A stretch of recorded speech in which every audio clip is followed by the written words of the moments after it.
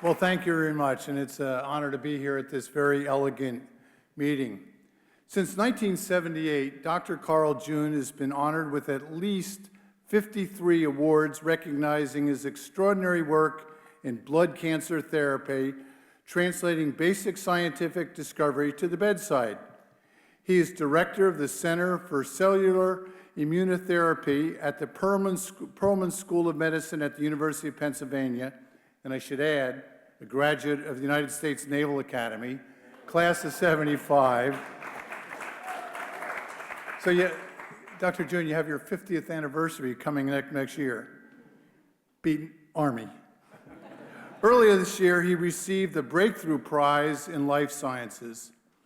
About 10 years ago, I watched a video at a leukemia sailing fundraising regatta about a girl named Emma Whitehead.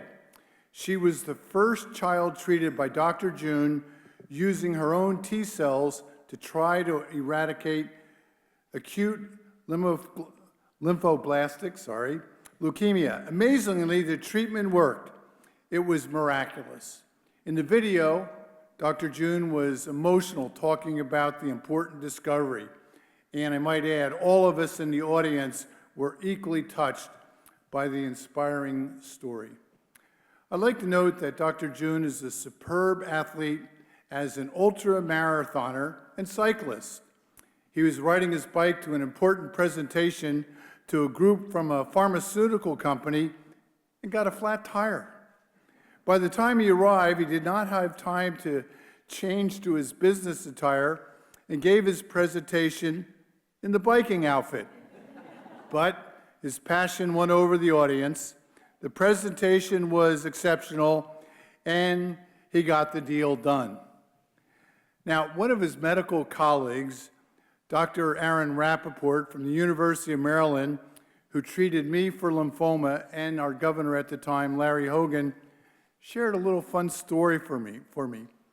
So Carl was at the house of a software developer named Sean Parker, and seated next to him was someone he did not recognize.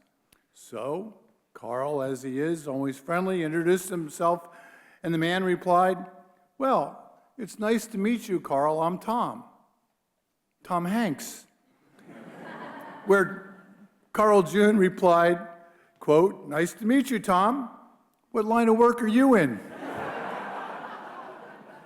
The Hope Funds for Cancer Research is honored to present the Award for Excellence in Medicine to Dr. Carl June.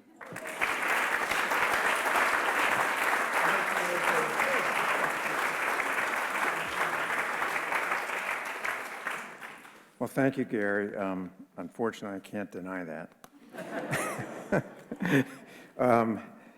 So as I stand here in this charming city of Newport, I was here as a sophomore at the Naval Academy at the Naval Warfare College for a while, but I haven't been back since, but it's beautiful. And I'm inspired by this and the significance of what this has done for the training of young scientists.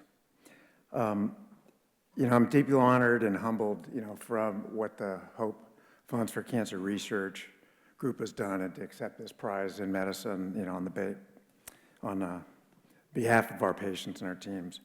First, I want to accept and express my gratitude to my wife, Lisa Spiker, and for her unwavering love and support, who's sitting there. Together with our 5 wonderful children, we build a life filled with joy and curiosity and resilience. So Lisa, you're my rock, and in this moment is as much yours as mine.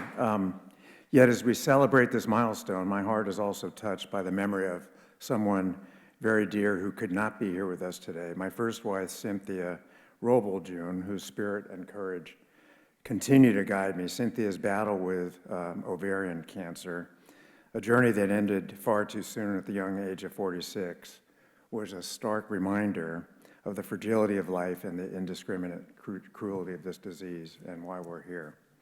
Cynthia's memory played a pivotal role in my dedication to the field of cancer research and translating into the bench from to the bedside.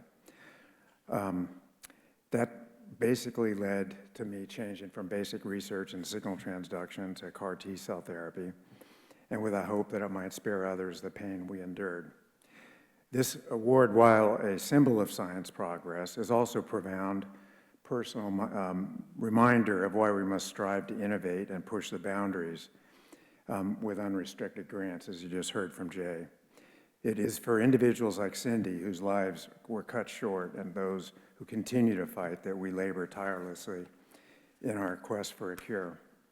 But this moment is not just a personal milestone, it represents collective triumph for those who dedicate and dare to envision a world where there is no longer cancer. I grew up on the West Coast in the San Francisco Bay Area. I fell in love with riding bicycles in California in the foothills, and at age 12, I had saved enough money for my first after-school job as a paper route boy carrier to buy an expensive Italian racing bicycle. I learned how to be a bicycle mechanic and kept a bike for 6 years until I went to college in Annapolis, where I learned how to badly sail. I then gave it to my brother, who went to the University of California in Berkeley, where it was rapidly stolen. It turns out that my passion for bike racing and mechanics shares many features with science.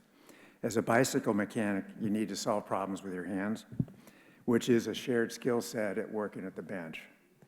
And after completing my postdoc at the Fred Hutchinson Cancer Center, where I studied bone marrow transplantation for leukemia, I later got my official cycling racing license. And for those of you who have never raced in a bike race, it's very different than in a running race. Running is an individual sport where the fastest person always wins. Cycling is very different because there is the pack, which is referred to as the peloton. And if you are in the pack, your wind resistance is 20 to 25% less than if you're out there on in the wind by yourself. So that really saves a lot of energy. This makes dramatic changes in the strategy to win a bike race as compared to running a race. So in a cycling race, you're just like a bunch of geese migrating in the sky, drafting off the wind resistance from the person or the bird in front of you. So this event was established to foster the development of early-stage scientists. When I finished training and started lab science, science was funded on a competitive basis, with each lab staying at its own foxhole. One positive development in recent years has been the emergence and realization that collaborative science is better than competitive science. Now labs are encouraged to work together rather than compete against each other. So the fastest person in a cycling race doesn't always win. It's those who work as a team and pedal together and make well-timed breaks that win the race. So there are many analogies between bike racing, cycling, and science. I have many colleagues, technicians, clinicians, graduate students, and postdocs to thank for the contributions that have led to CAR T cells entering the practice of medicine. The path to developing CAR T cells has been a journey of collaboration, perseverance, and unwavering belief in the power of science to transform lives.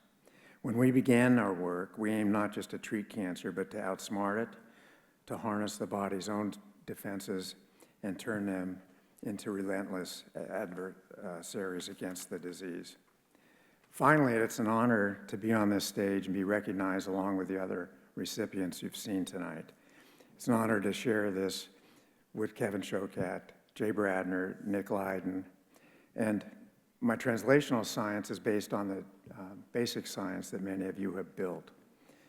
We are like a flock of geese in the sky, drafting on each other's advances to the end, to the scourge of cancer. For instance, I am quite certain that the KRAS discoveries and inhibitors that Kevin has made will be synergistic with CAR T cell therapies.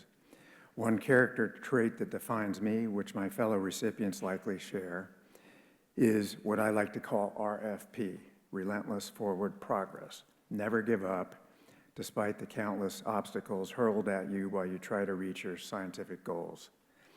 And I will continue this RFP as long as I am alive to try to rid the world of cancer. Thanks very much for this wonderful evening.